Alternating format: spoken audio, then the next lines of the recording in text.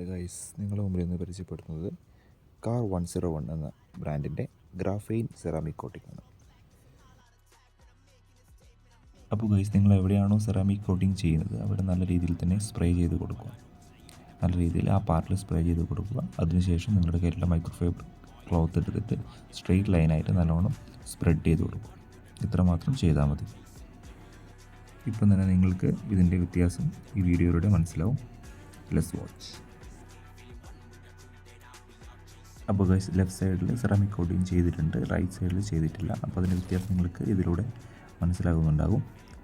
അപ്പോൾ ഗൈസ്, മിററിൽ ചെയ്തതാണ് നിങ്ങളിപ്പോൾ കാണുന്നത്. ഇനിയിപ്പോൾ ഫുള്ളായിട്ട് ബോണറ്റിൽ ഫുള്ളായിട്ട് ചെയ്യുന്നുണ്ട്. അതിന് ശേഷമുള്ള എഫക്റ്റ് കാണാം.